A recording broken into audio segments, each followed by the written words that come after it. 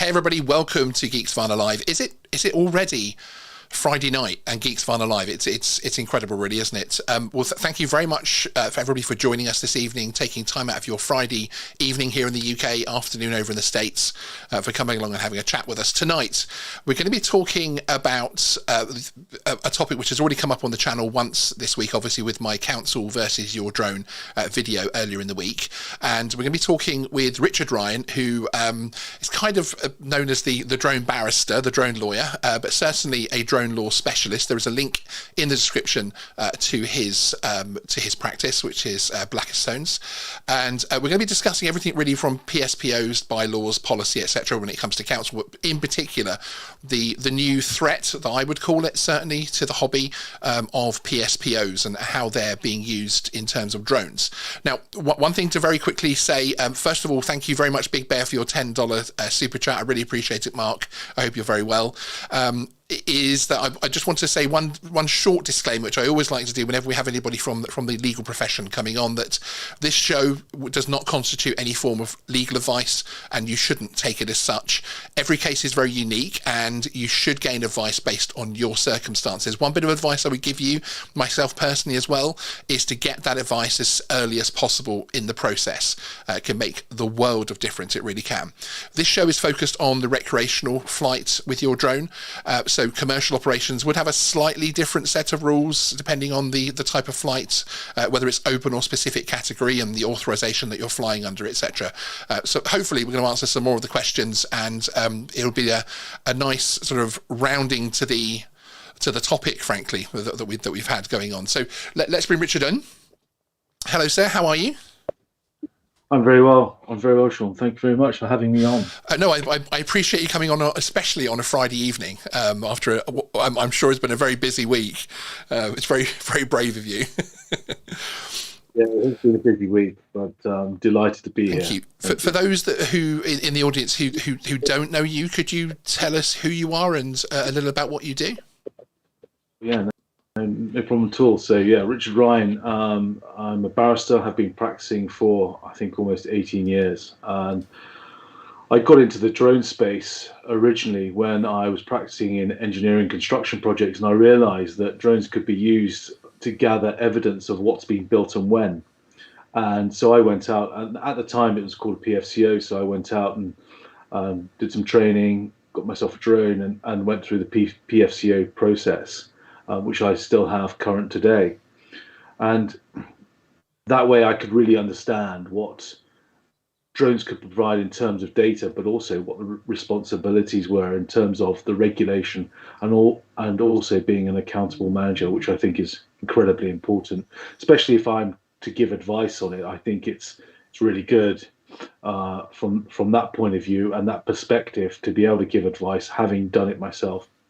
And so, yeah, I've been flying drones now for, 6-7 years, easily. Time just flies. It does. Oh, yes. No, but yeah, no. So that's how I got into drones, and I combine that now with my legal knowledge, skills, and experience with respect to that, and certainly have been involved in some interesting cases, of which one we're going to discuss. Happened last year. Absolutely, indeed, and your experience as well, of course, as well as being an operator yourself, you've worked for the CAA in a professional capacity as well, of course. So it's an unusual and unique perspective that you hold, because you've kind of been on several different sides of different fences as well, of course, which I think is quite exciting. Yeah, that's right. So I did spend some time with the CAA back in 2017, and during that time I was with the UAS unit, where I was responsible for ratifying all complex beyond visual line of sight permissions from ground up to space. I also had some involvement in the assessment of NQEs, which are now known as RAEs. Really interesting experience, actually, and to understand what the regulator has to do and what the constraints are, for me, is absolutely fundamental in determining what path one would take when engaging with the Civil Aviation Authority or any NAA for that matter. So having a regulator perspective certainly does help. Absolutely. And you now practice, is Blakiston's your your sole practice, or is how does that work? It's a Blakiston's Chambers is me. I'm Richard Ryan, and that's my own chambers. And so I'm regulated by the Bar Standards Board, have to register with the Bar Council in England because I'm a barrister that practices in England and Wales. And so that is just my sole entity, and that's me in a nutshell. Okay, and for anybody that needs advice, I mean, certainly there is a link in the description. Every time it focuses on Richard, it also comes up with his details as well. I would certainly recommend getting in touch, especially because of that specialist knowledge. Some watching may think, okay, well, this is a barrister. Do I need to instruct a solicitor first, or can I reach out directly to Richard? How does that work? Yeah, good question, Sean, because not everybody knows the differences between solicitors and barristers. So solicitors would generally take conduct of the case and deal with the client directly and help the client with initial advice. And then a solicitor would go to a barrister for more specialist advice on strategy for case management, advocacy in any court, and they would work together in order to be able to provide a solution for the client. I'm slightly different in that context because I'm qualified as a direct access barrister. So in a sense, I've cut out the middleman from the transaction in order for the client to come directly to me. And they can do that through a Bar Council website, which is known as Direct Access Portal. And there you'll find a list of direct access barristers, including myself. Excellent. That's a good explanation, because I think it is something that can confuse some people. So,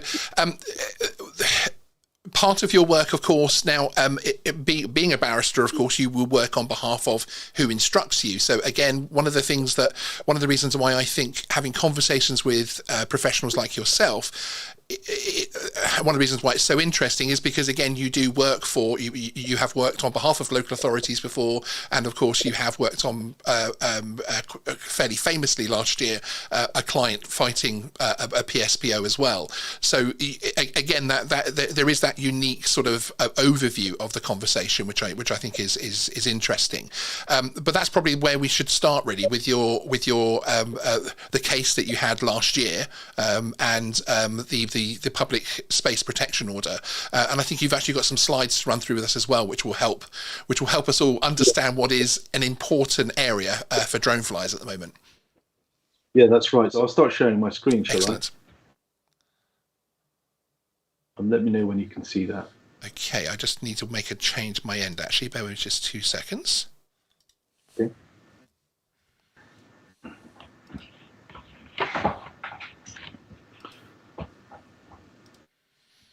Please hold, callers.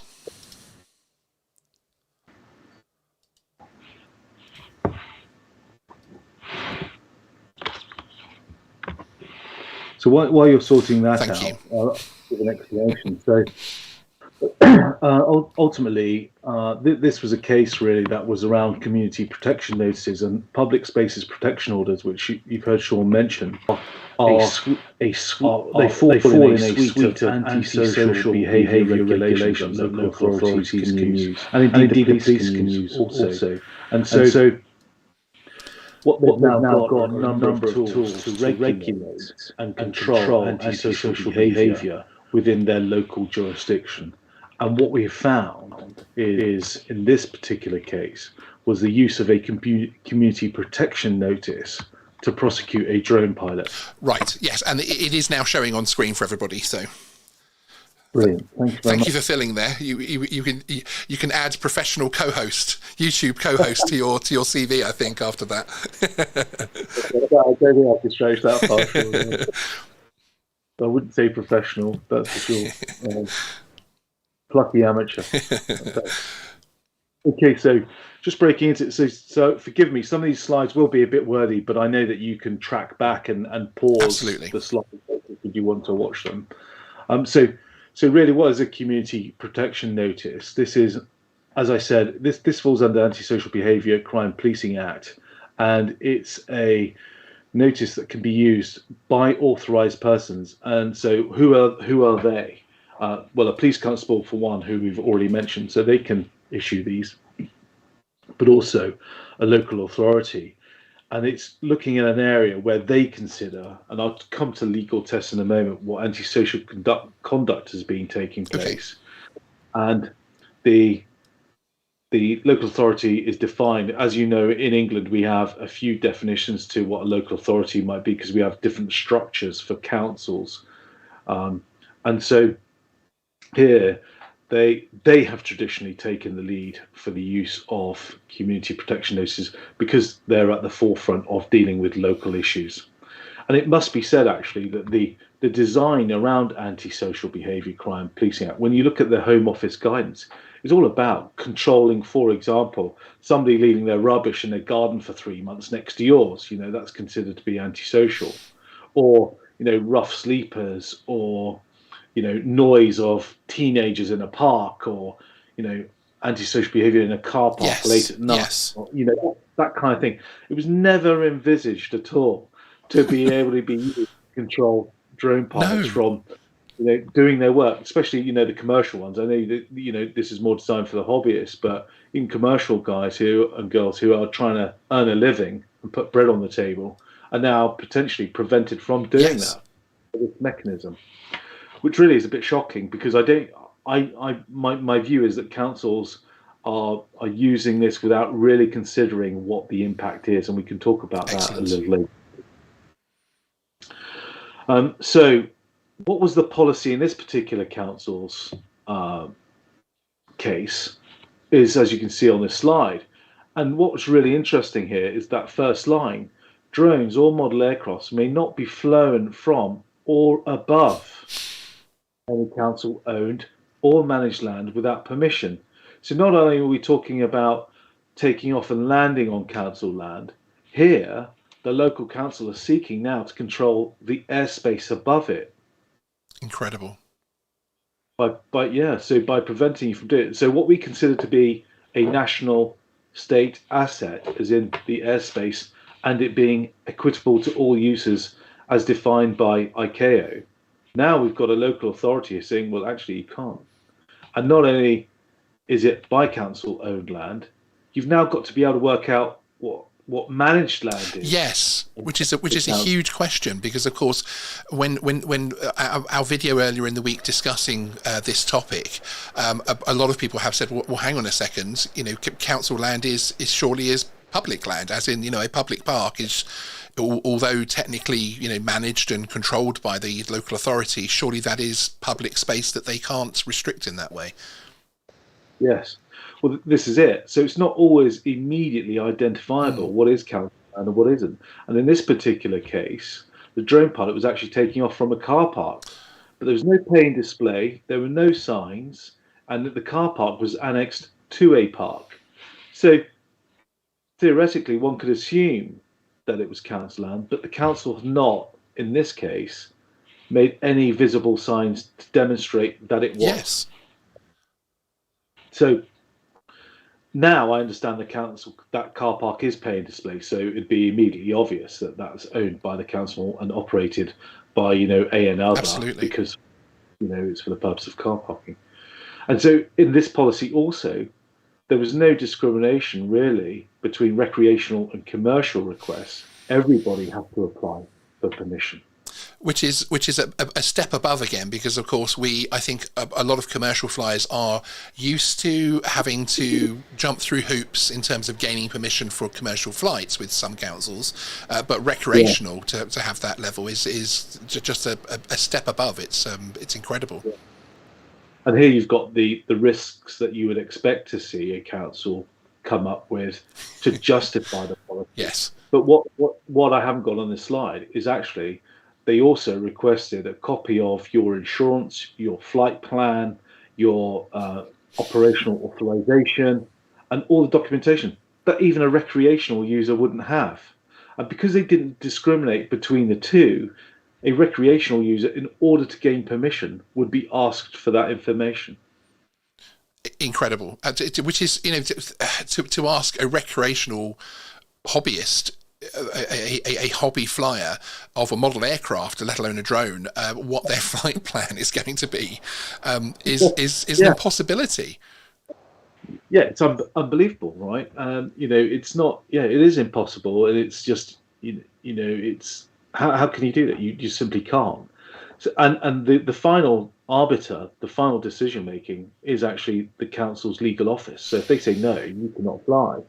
And here, and you'll see here that they talk about disturbance, annoyance, or harassment to occupants and the users of public open space. So this is where public spaces protection orders kind of come in. But this leads into the legal test, but it isn't specific to the wording in the legal test that applies with respect to a community protection notice. So what is that? What is the legal test? So here it is, Section 43 of the Antisocial Behaviour Policing Act. And what I've done, for the sake of keeping it very simple, is highlighted key terms. Thank you. And this is what we've got to focus on, really. Detrimental effect, persistent or continuing, and unreasonable. So there are three legal tests here, really.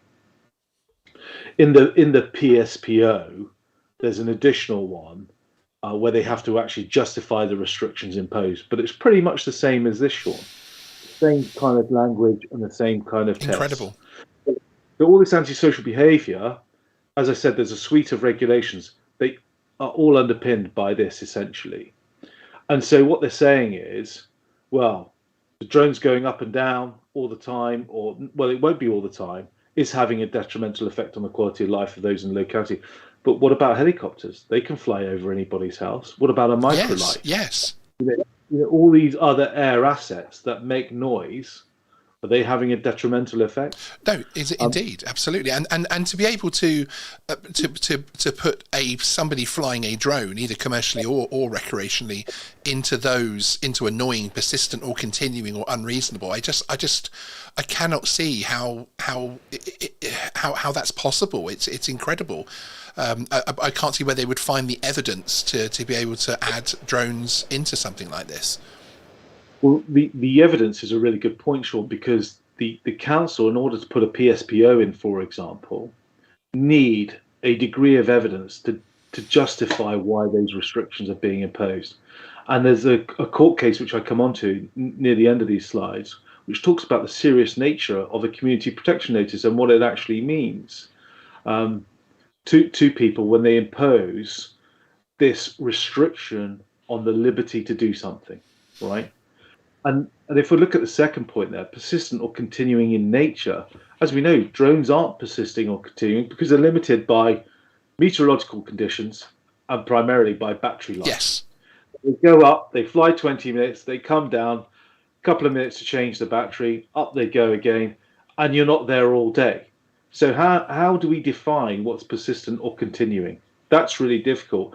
And when you look at the Home Office guidelines around this, and they say somebody storing their rubbish in the garden next door for 3 months, that's persistent or continuing, right? That's having a detrimental effect, because you can imagine the smell and the local intoxication and all the rest of it.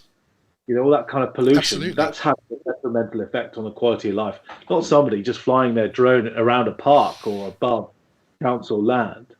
And is the antisocial conduct unreasonable? Well, we clearly say no, especially if you're a commercial operator, because you've got all the permissions from the Civil Aviation Authority to fly. Yes, right? Indeed. And if you're a hobbyist, you've gone through your registration, your operator ID and everything else. Exactly. Yes. No. Indeed. It's incredible. I know that when we had a live stream on this a while ago, where we looked at a couple of local authorities, and one was Brent's, because there were some freedom of information requests put in there, and I know the evidence that they put forward was actually negligible, and it was pretty much hearsay from the council themselves.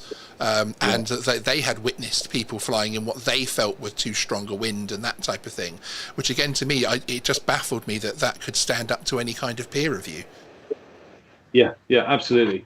And this is where we're now starting to test this. And you've probably heard me speak before about there will be a time where we start testing this in courts, and we are now starting to see this. And in this particular case, unfortunately, the drone pilot was prosecuted, and I'll explain why as we move further through the slides. Excuse me while I just add myself up there so the audience can see us both. Yeah, no problem at all. So, this is why, right? So when a CPO is going to be issued, a written warning must be served first. And to your point that you made at the beginning is about taking early advice. And this is really when you need to do it, because if you don't observe a written warning, it then turns into a notice, and now you're in the judicial system. Yes. Okay. And so when a written warning is served, one must take notice of it and deal with it. And this is really where I can attack the validity of the warning and of the CPN in a way where I've got a legal ability to do so. Exactly, and that really is a point that I stress really to any friend or relative that has any kind of legal issue that they feel may turn criminal or may turn civil in terms of needing to go to court, is get that advice very, very early, because it can make the absolute universe of difference, frankly, as far as the power that you're giving your legal representative to fight on your behalf. That's right, and this turns into a criminal prosecution because it's a CPN, of course, right? And the courts have those powers to sanction somebody in the criminal courts, and so the written warning must outline what I've described there. If it doesn't, the written warning itself is potentially defective, and that is one argument that one can use to say that warning is ineffective and is void because it's non-compliant with the regulation that stipulates what must be contained within a CPN. Okay, and it is when you say that, do you mean in terms of it can be fought from the point of view of saying that actually we don't think that drones are actually a nuisance and should even be on the list, or is this more the actual terms and conditions of the actual warning that they're giving you, essentially? That's a really good point. So my view is it's both, okay, because you can see there it's outlined the antisocial behaviour complained of, and if we go back to those three tests, we're saying, well, actually there is no detrimental effect, it wasn't persistent, and it wasn't unreasonable. And then we attack this to say, well, actually there was no date of issue, or there was no consequences of breaching the order explained within the written warning itself. So we look at both. Okay, excellent. So what happens when you breach the CPN? So if you've breached the CPN and you fail to comply with it, then the local authority may take action. And if a person is prosecuted, they can be guilty of an offence and liable on summary conviction. And there you can see level 4.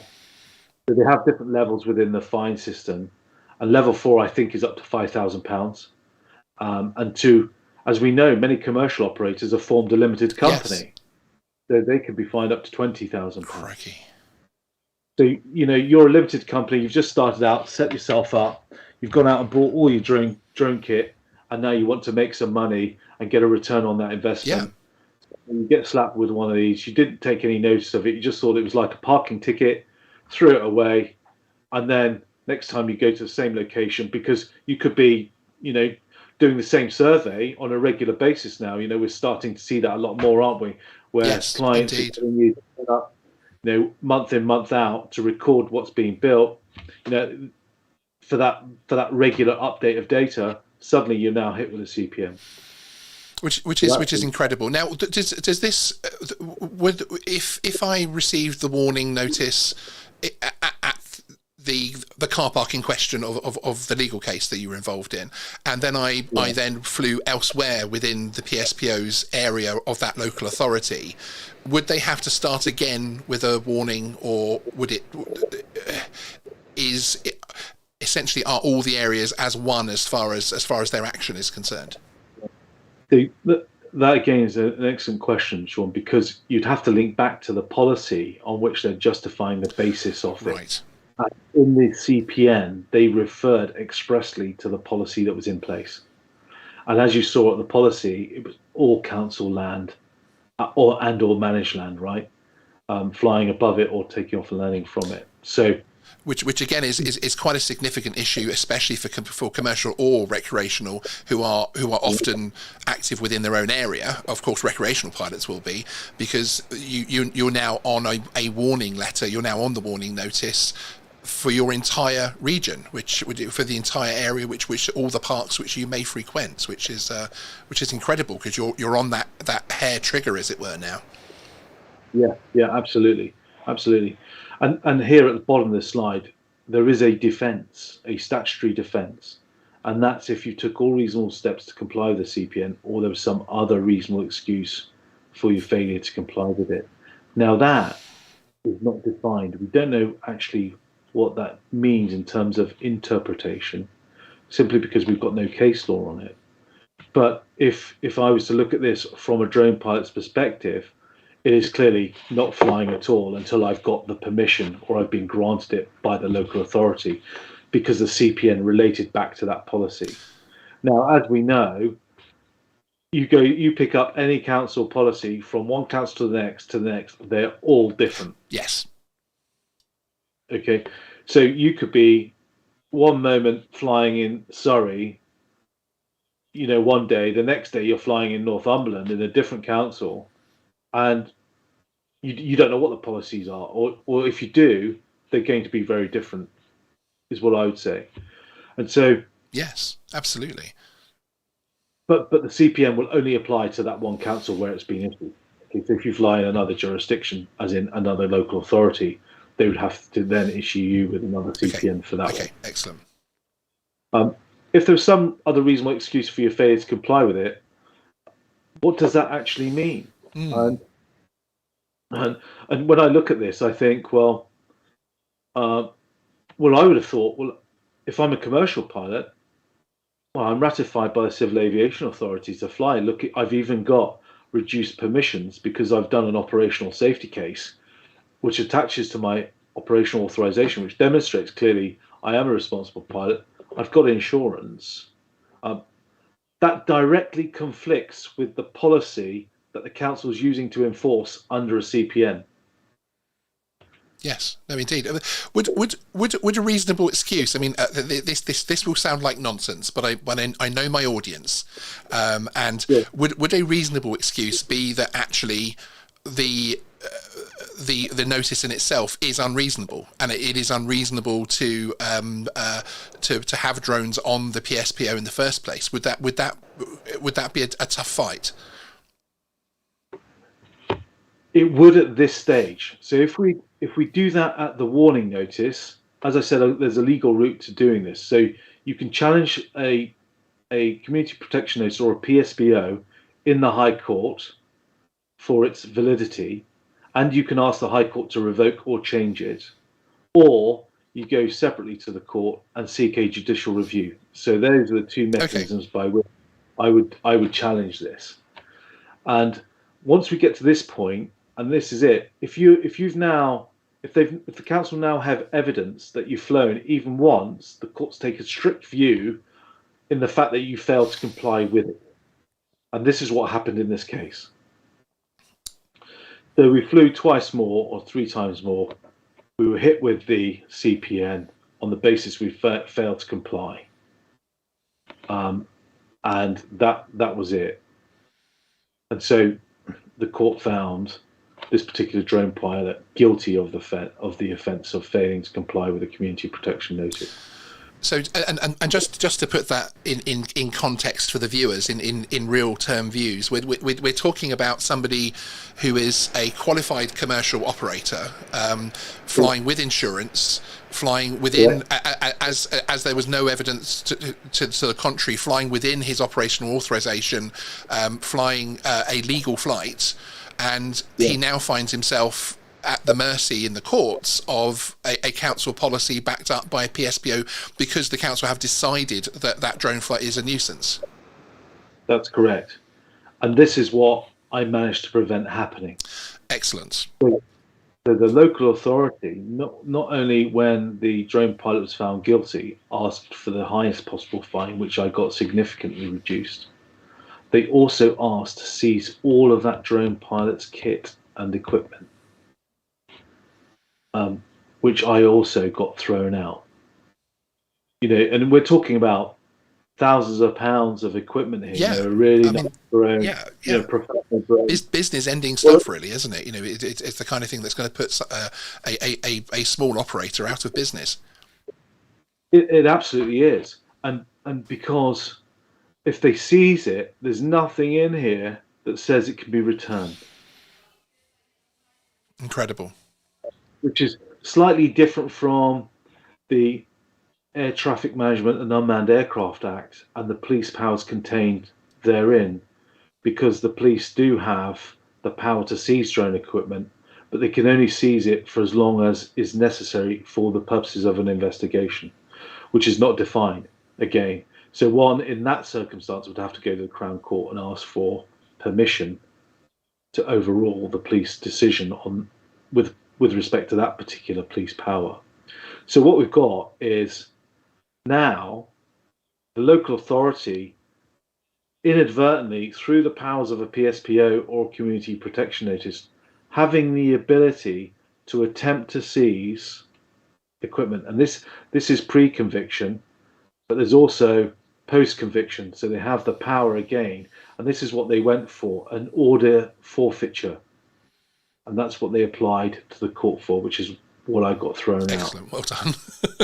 Frankly, it's astonishing though that over the space of 3 or 4 flights, which are deemed legal and in inverted commas safe by the CAA, and the person's following all of those rules that they possibly can, that this can happen. It's incredible. And here, right, an order forfeiture. So the magistrates court may order it, after which that item may then be destroyed or disposed of. So if you think you've got yourself a nice Matrice 300, or something like that, something quite expensive, they may decide to destroy it or dispose of it. And that's not what this was designed for. This is all about antisocial behavior, right? And this could be, somebody with the paraphernalia around drug dealing or something around that, right? That's where you get order forfeiture, to destroy and dispose of the products that lead to what we would consider to be a genuine criminal offence. Yes. Okay. Yes. This really is quite, and I managed to persuade the judges that this was an excessive power.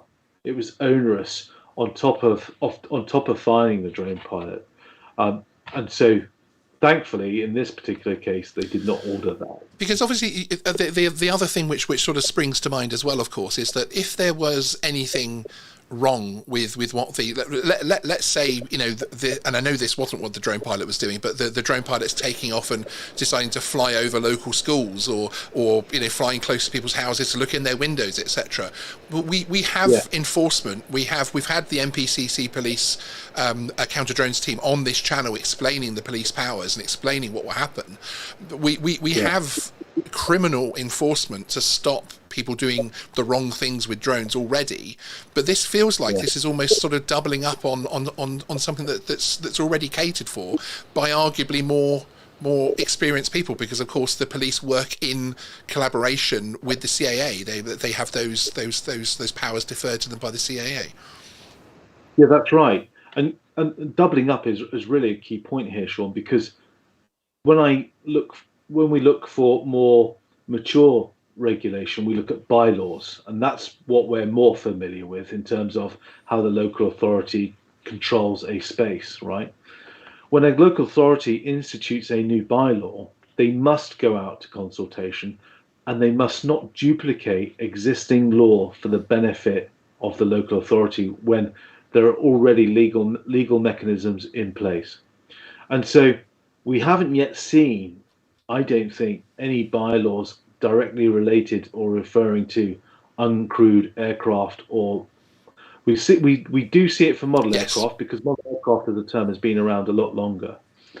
And it'll be interesting to see when they do that, because they must go out to consultation, as they must with a public spaces protection order, because it's almost got the same effect. Slightly different. A bylaw is a different mechanism. It's much more complex and probably more expensive for a local authority to utilize, because of the lengthy consultation process that they must go through, which is why they go for something like this, because it's inexpensive. Yes, and because of course you have, I almost feel, and this is just myself as a both recreational and a commercial operator myself, but when I look at this in layman's terms, I almost feel like the local authorities were upset that just having a policy in place pretty much meant nothing, and it would just meant, if a ranger saw someone flying a drone saying, actually, it's our policy that you shouldn't do that, please don't, and then you'd have to stop, and that didn't really give them the powers to deal with what they see as a nuisance. Bylaws are expensive and are held up to quite high scrutiny. And actually, as you say, the PSPO becomes an affordable way for them to gain some actually quite genuine powers without putting up much evidence of why it's required. Yeah, that's right. I mean, I've seen some language in some bylaws that refers to a mechanically propelled vehicle. Yes. Oh, well, what's one of those? Yes, indeed. Really? And a lot of the bylaws which councils attempt to use against drones often talk about how they've been fueled, and were clearly trying to stop us all going down with cans of petrol down to our local park to fill up our model aircraft, etc. Which again, I could see the reasoning and the sensible sort of approach behind that perhaps they don't want that right next to the kids' swings, etc. So yes, it's a strange one, because in terms of where you always feel like legislation should move forward, and legislation should really move society forward, which should really help things and solve problems. And then you have this kind of thing where it kind of feels a little bit scary, frankly, in life generally, not just as a drone operator. The council can just decide, actually, that's in terms of, and I'm very loosely quoting Brent here, so please don't sue me, Brent. But in terms of Brent, it almost felt like they had some of their officers walking across parks. They didn't like the fact that they saw one hit a tree and that another guy was flying in high winds. Therefore, it's a nuisance. And I know these PSPOs are put out to public consultation, but I have an issue with public consultation as well, and how they're handled sometimes, because I think your average resident, when they get to public consultation through from the local authority, think that they have the evidence. They're not going to say, where's the evidence that people are that the homeless is an issue in the town centre? Where's the evidence of X, Y, Z? So I think consultation can fall down in this country sometimes as well, but I'm getting on my soapbox a little bit there. Yeah, no, absolutely. And I think, taking your high winds example, that's somebody's subjective opinion, unless they've got, a way of measuring the wind accurately and can correlate that against the specifications of the platform that's being flown, because they do come with a range within which they can fly. Yes. It's irrelevant, really, what that person does. Exactly, and it's to me, things like wind and that type of thing is really more an investigation after an incident. So let's say a drone does strike someone, or it does hit a house or something like that. Then yes, you would look at the weather reports to see, actually, the weather reports were that there are 50-mile-an-hour winds. The drone you were flying is supposed to only handle 34-mile-an-hour. It would be a contributing factor towards an investigation, in my opinion, not something to set policy on, as you say, so subjectively. Yeah, that's right. And so, coming back to where we are with this community protection notice in this case, so if you are unlucky enough just to be served with a community protection notice, this is where timing does become an issue. You've got to, within 21 days of the date of issue, appeal it to your local magistrate's court, and do so on these following grounds. So it didn't take place, or as in you didn't fly, or there's no evidence that could be relied on that could be called into question because of witness statements. And this is where we really now get into what we were talking about earlier, Sean, the detrimental effect, whether it was persistent or continuing, and whether it was unreasonable. And we're saying, obviously, it's not. And the requirements of the CPN being written so broadly themselves are unreasonable, as we know. And this is where we need to get the land piece challenging the air piece in terms of law, right? Because how can the requirements be unreasonable when I've got an operational authorization, Yes. I've done my GVC or my A2 CFC, A2 CFC. How can that be the case? Yes, yeah, right? indeed. How can a otherwise legal activity approved by the state's regulator? I've ticked the boxes I need to tick to, which is what annoys me, and I I don't like using words like annoyed, but it does annoy me because you can have the one thing I don't like, and it's a bit like the CAA new guidance on VLOS with the orientation thing, is that lawfully abiding drone pilots, people who take it seriously, who are registered, who perhaps have insurance, etc., who really take things, they want to be safe, they want to be legal, and they can just have what I feel like is their legs taken out from under them by this kind of thing. Yeah, absolutely, and that's where I think we're going to start seeing more court cases on particularly this point.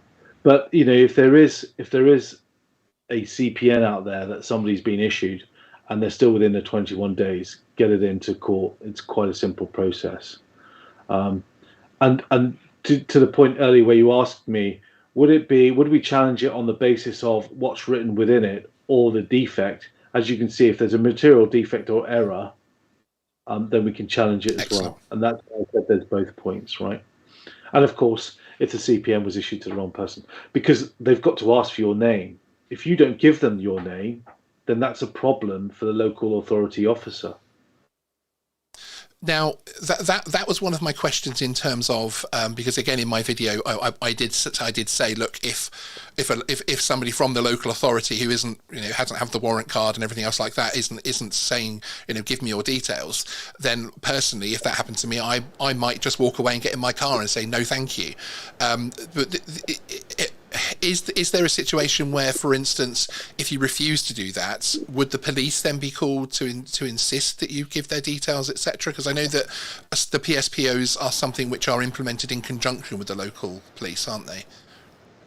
Yeah, they can be. Yeah, absolutely, because it's all part of that suite of antisocial behaviour. But I must say, if it was me and a local authority officer came up to me and he said, I'm going to issue you with a warning notice, I would say, really? Would be my first question. And he would say, I need your name and address. And I'd say, I wouldn't say anything. I would land my drone, I'd pack it away, I'd get in my car, and I'd just leave. Silence is golden. Yes. That's it. Yes. No. Excellent. Yes. Said. Very well said, like a barrister. Thank you. Yes. I made the first mistake in saying anything before I walked away. And just to clarify, when we're saying sort of local authority officer, we're not sort of talking about the police, etc. We are talking about, you may have a ranger. It may be a member of the of staff at the local authority. There can be different types of people that can approach you that work for the authority, but essentially they are not an empowered police officer. They're not a constable. And you know what? It could be somebody purporting to have authority. A resident that's just upset that you're flying the drone, right? And just saying, coming up to you because he's aware of what a community protection notice might be, and start hammering you with that kind of language. And you don't know if that person doesn't identify themselves. How are you to know that if you were to disclose your personal details, you'd be disclosing it to the right person? Absolutely. Whereas a police officer is obviously a slightly different matter. Yes, and there's complexities in that, and there is a video on the channel where the police powers relating to drones and when they can ask you for ID, when they can't, when they can ask you to land, is all within that video, as explained by Dan and Steve from the MPCC counter drones team. But here we are talking about local authority officials, and as I say in my video, it is just walk away. Frankly, it is what I would do there. Yeah, absolutely. And so moving on, appealing a community protection notice. So if you do go through that, any requirements will be suspended until the appeal's been determined or withdrawn. But importantly, prohibitions do continue to apply. So even if you've appealed it, you still must not fly if that's what the drone policy says until you've been given permission. Crikey. Okay. So you've still got to comply with it. And then the court has the power to quash it, modify it, or dismiss it, and uphold the CPN. So that's that briefly. So even though you've gone to court, you've appealed it, and it's going through that stage, you still must comply with the CPN if there's a prohibition in place, of which, as we know, there will be, because it's telling you not to fly. Yes, exactly, and it is one of those frustrating things. But if you are under that, it's best to follow it, because of course you're not helping your own case in further breaches happening whilst you're even if the reasons you're fighting it is justified. It's better to follow the advice of your legal counsel at that point. That's right, and we did in this particular case. We did test this point here that you see with respect to. The challenging the validity of a CPN, on the basis of those three tests. And even though I knew a standard, and I'm going to talk about the standard case in a minute, I still tested this just to make sure, because you can't say that the CPN is invalid as a defence to your prosecution, right? And so I can't say, look, the CPN was defective or it was unreasonable. Okay. And that's why I shouldn't be prosecuted, because I'm already past that stage. I'm now being prosecuted. Okay. And that's why that 21 days is really important. Absolutely. Yes. That's the time to deal with it, not here, because you won't win because of the Stannard case. Okay, so again, the advice early as possible. The very day you get these things in your hand, you should be picking up the phone. Blakiston's contact details are on their website. There's a link in the description. I will plug Richard lots this evening, mainly because, of course, that specialist knowledge as well. But do get advice as soon as you possibly can. Yeah, thank you very much, Sean. I appreciate that. And so here's two paragraphs from the Standard case. So it's quite lengthy, and forgive me, I couldn't put it all on here. No, thank you. But what I have done, though, is highlight the points in the case that the local authorities must really be aware of that they were not in this particular case. And I'm aware now that this particular local authority has withdrawn their policy, and because of the way that I tested what it is that they were doing in court. Wow. And they're amending it to be more in line with this. Okay. All right. So rather than removing drones completely, they're just going to make it more robust, essentially. Yeah, potentially that is the risk of doing this, right? We're now arming the local authorities with more information so that they can be more robust in their application of this. But it still doesn't remove the fact that what we need to do, or certainly from my perspective, is to all the drone pilots out there, is let them know, look, that 21 days is really important, because that's your chance to deal with this kind of stuff. And in this particular case, the local authority that issues a CPN, and you can see here, it's in paragraph 54, CPNs constitute a significant interference with an individual's freedom. So they've got to be clear in their terms and proportionate in their effect. Okay. And my question is, do councils really take that on board to understand how they're restricting an individual's freedom with respect to flying drones as a hobby, or indeed trying to do it by virtue of earning a living? Okay. And are they really being proportionate, or are they just persuaded by some noise from some residents, literally, that this is unreasonable, it's having a detrimental effect on their life, when we know that drones, by their definition, aren't persistent to cause detrimental effect or indeed be unreasonable? So the proportionate question, that's also going to be tested. But I just want to take you to paragraph 53. So if they do issue a CPN, really, one of the questions I asked of this particular council was, do you have a system for receiving and adjudicating requests for variation or discharge of CPNs? And they said, no, they did not. Right? So basically, it goes in there, you write to them objecting it, and your objection could just sit there. Yeah. And not be dealt with. It's incredible, which to me is similar to things like saying you have to have your flight plan because you're putting something in that won't happen, and you know you're weighting the system and you're assuming, of course, that you're going to be, that you're right and that you cannot possibly be wrong. And I mean that's absurd. Yeah, and it goes on, because if they don't have a system, how can they give you the relevant information in how to seek a variation of discharge? Yeah, absolutely. Well, they can't, because they don't have a system in place. So you're denied on both fronts from challenging a CPN in the initial stages. So you have that. And then, of course, you've got best practice and consistent with legal certainty is for a CPN to be limited in time. In this case, the CPN had no limitation in time. So that was it. That's really incredible.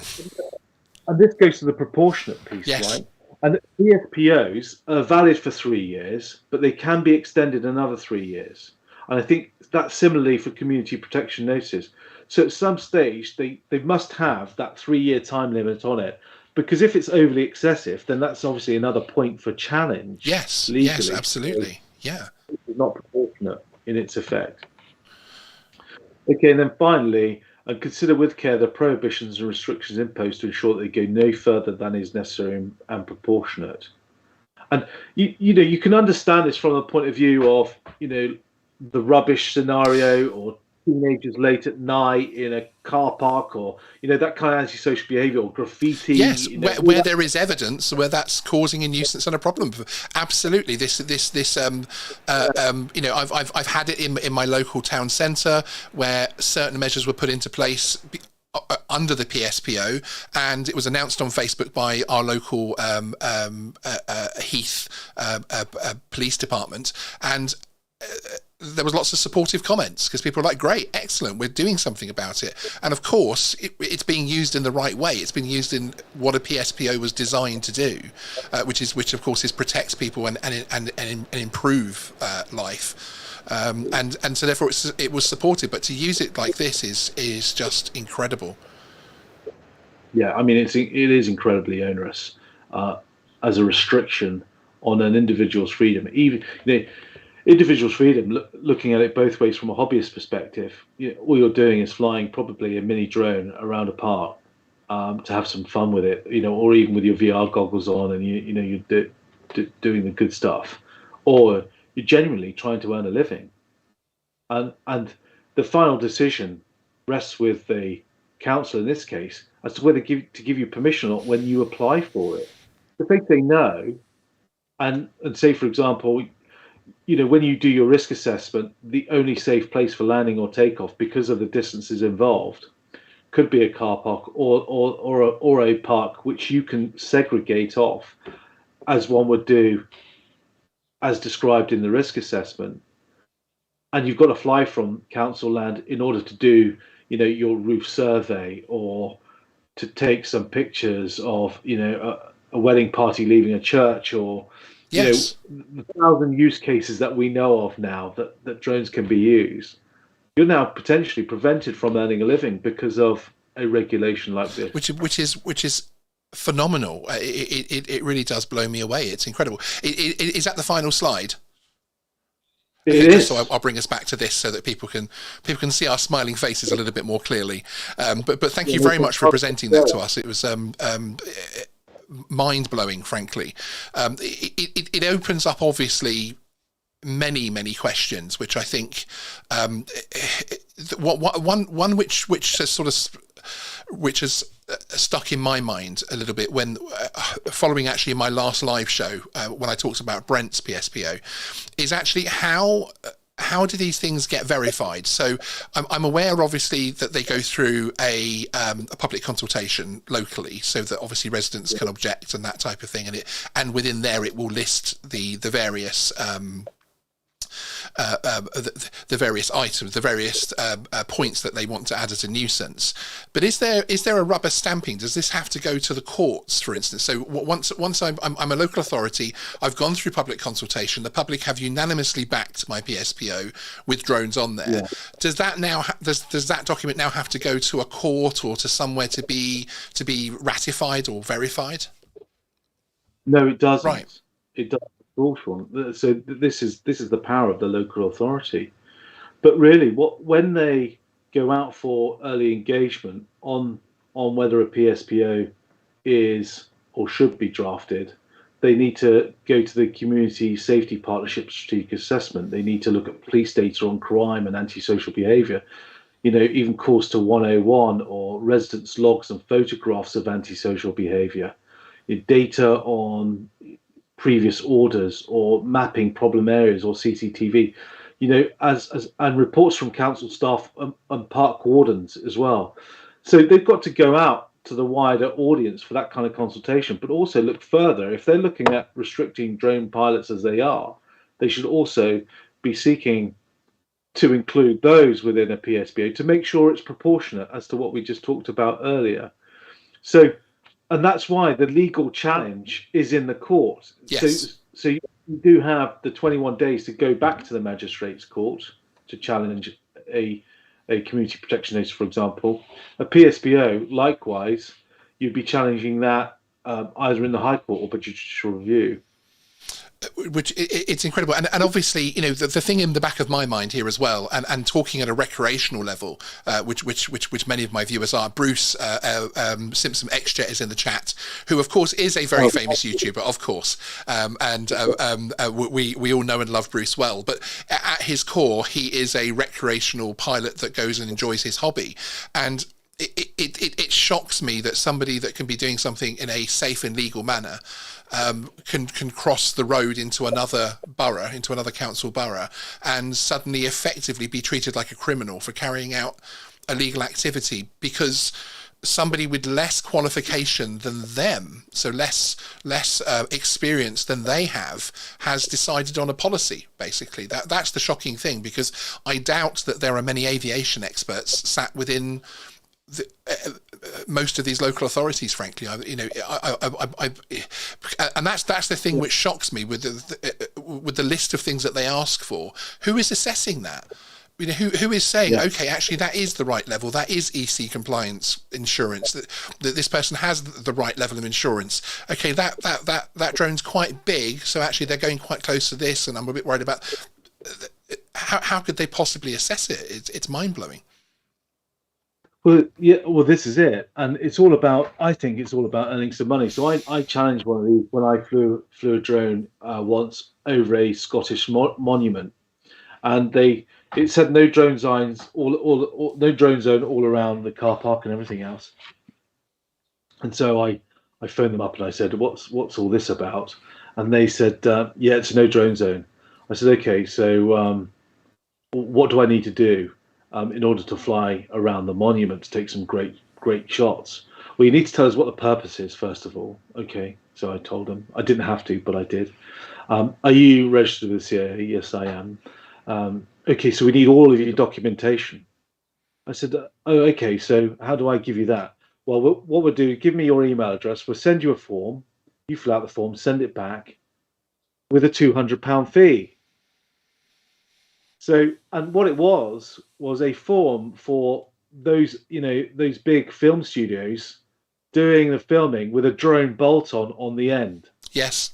And I often have those pages sent to me by confused recreational pilots who say I've gone over the top a little bit, and actually because it's a new area I've called the council and said, hey, I want to fly my drone, and they've referred me to this web page, and it's talking about film and TV and £250 and XXX, which is, again, it shows they don't know the thing that they're trying to control. Well, that's right, and all they want to do was restrict when I could take off and land from a designated area that they supplied for £200. And I said, well, I don't need to do that. I'll just find some public land down the road, and I can fly around the airspace. Yes. Yes. Can you? Yes, I can, because it's state asset. Oh, okay. Yeah. Okay. Thank you very much for letting us know. That was the end of the conversation.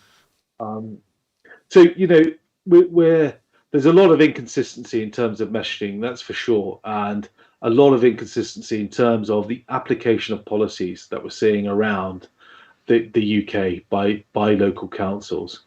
And this is where we should be saying, well, actually, let's get this right so that hobbyists can benefit commercial drone operators can benefit, but we're also cognizant of what could be considered to be unreasonable for those that are, really concerned about a drone flying to the rear of their house and taking pictures of them in their bedroom, which clearly, I mean, I've not heard of any case where that. It would also be pretty skillful, as most of my viewers, whenever that comes up, they're sort of I wish I was that skillful a pilot to be hovering, because of course we know there's all sorts of technical limitations to the things that people fear that can't happen, which is a shame they don't just sit down with a group of local drone pilots and talk about it. Well, this is it. So, drone community working groups and things like that certainly need to be more open. And some councils are really positive about drones. It must be said, this isn't about just local authority bashing, but some of them are really positive about drones and want to use drones for the benefit of the council and all their constituents. And we can see that in various use cases around the country. And so some councils really are forward thinking about this and understand it and are getting into it, which is really good. But we've also got the other side of the spectrum to deal with. We have. So there is a difficulty between the two that we need to address as a community. Yes, and it is important not to tar all local authorities with that same brush, because one which is 2 boroughs over from myself had a very recent PSPO put in place, and I do fly there fairly frequently because it has a very nice park that I like to fly from, and I held my breath as I opened the pages and looked through, and actually in their document explaining PSPO, it was answering calls as to why weren't drones included, and it actually said we already have a policy in place. It's a policy in place for drone flights, so it isn't required. And also, of course, there are regulations, etc., etc. So it isn't required to be covered by this PSPO. And I felt like sending them a medal in the post, frankly, because they had looked at it and thought, actually, we have a policy in place, so we're covered liability, and if anyone gets hurt on the park, we have a policy that we don't give permission. Well, your permission isn't necessarily required, but okay. And of course, they know regulations are in place, so actually they didn't include it in a PSPO. And from the look of that document, they obviously had some calls and some inquiries as to why that didn't happen. But obviously, I congratulate them for the fact they haven't tried to double up on legislation, frankly. Yeah, that's a great move. Yeah, I commend them too. That's excellent. So yes, thank you for that slideshow. It was absolutely in equal parts fascinating and terrifying. But again, it is one of the reasons why I wanted us to go through this topic this evening is because I really want to put it across to people. One, to keep an eye out for anything PSPO wise coming out, because if it's in your area, they will come to you with a public consultation. So have a look in there to make sure drones aren't included, and challenge it and ask for the evidence, etc. Because as a local resident in an area where a PSPO is active or is going to be introduced, you do have some level of power and recourse, don't you? As far as I think some of the only people that can object to a PSPO full stop are local residents. No, Sean, no, that's not quite correct. So it is local residents, but it's also people that use that space. Okay. So it does include those two. Directly contradictory to what one local authority with a PSPO told me, actually. When I objected to it, they said, actually, you've got to be a local resident to take issue with it. That's fascinating. No, that's in the Public Spaces Protection Orders document for local councils. It's in there. Excellent. Well, that makes it even wider. If you do see these things, then this is something that we need to challenge. But the second point as well is that, as Richard has said a few times, and I've said a few times, but it is only because I've seen people that the case that Richard spoke about was affected by this. If something happens, act early. It's a scary thing to get lawyers and barristers and solicitors involved, because of course you worry financially and that type of thing. But in my experience, the sooner you get people involved, actually, the less it's going to cost you, full stop, because it could even end with a few letters and that type of thing rather than full-blown court.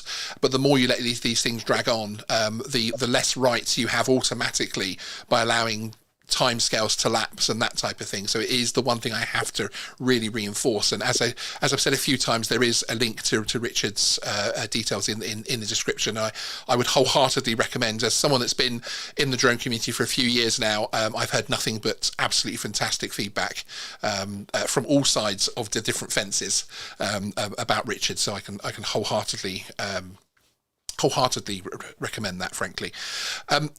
So one last question before we let you get on with your hard-earned Friday evening.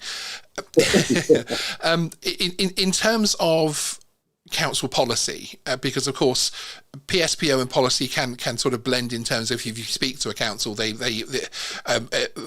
remind me of some state regulators, that if they write something down, it's law, almost is how they feel. And a council will feel very strongly about their policy. If there is a policy in place from a local authority that states that they will not give permission for recreational drone flight from their spaces, how does that stand in terms of me if I then visited there and I am or I am not aware of that policy, but I fly from there purely? Does that stay a purely civil matter, or is it a case that if an officer comes to me and says move on, you just move on, or does that policy have any kind of power as such? Yeah, that's not an easy question to answer, Sean, without seeing what. No, I want a 3-word answer. Thank you. Yeah. Not easy at all. I think one would have to look at the policy itself to see what regulations the council are using to back up the policy. If it's just a written document, then really it's not got much legal effect at all. All they're trying to do is be kind in a way, to say, look, please be responsible and consider the reasons why we've got the policy in place. Could you move on, please? And if you just took that and, as it was on the face of it, and said, yeah, okay, no problem, I'll move on, that's the end of the matter. But if you then became, quite reticent to it, then the council will start gathering that kind of evidence to support a PSPO or a community protection notice and put one in place. So the answer to the officer who's got this policy is say, well, actually, why have you got this policy in place? Can I just explain what it is that I'm doing here and why I don't see this as a risk in a way that you might do? And let's find a way through this, because all you're doing, going back to that case law in Stannard, is being disproportionate and not really considering the effects of the wider powers that you've got, which may be the case later on down the line. The policy sometimes is a way of local authorities gathering evidence in order to be able to put something more formal in place. Absolutely, which makes complete sense, and perhaps where, as I said, this local authority a couple of boroughs over didn't find any, so they didn't feel a need to put it into a PSPO, as you say. If there are lots of those kinds of cases, then they could be writing them down. So as you say, everything has an impact, and that is always one of the difficult things about these kinds of situations, is there is no absolute answer to anything, as you say, which makes it all the more complex, basically. One question, and feel free not again to say that it's far too complex to answer, but it's one that's just popped into my mind.